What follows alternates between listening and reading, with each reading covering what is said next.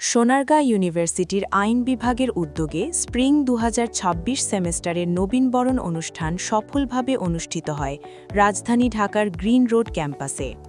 নবীন শিক্ষার্থীদের আনুষ্ঠানিকভাবে স্বাগত জানানোর মাধ্যমে অনুষ্ঠানের সূচনা হয়। পুরো আয়োজনটি ছিল প্রাণবন্ত, আনন্দঘন এবং উৎসবমুখর পরিবেশে পরিপূর্ণ।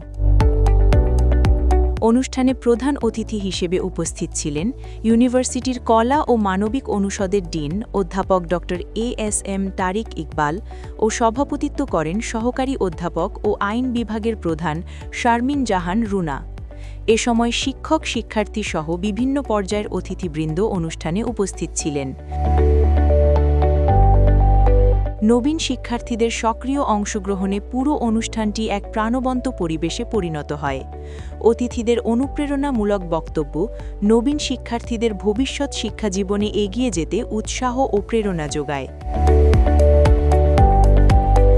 আয়োজকরা মনে করেন, এ ধরনের অনুষ্ঠান শিক্ষার্থীদের মধ্যে পারস্পরিক সম্পর্ক জোরদার, নেতৃত্বগুণ বিকাশ এবং একাডেমিক জীবনে ইতিবাচক মনোভাব গঠনে গুরুত্বপূর্ণ ভূমিকা পালন করে।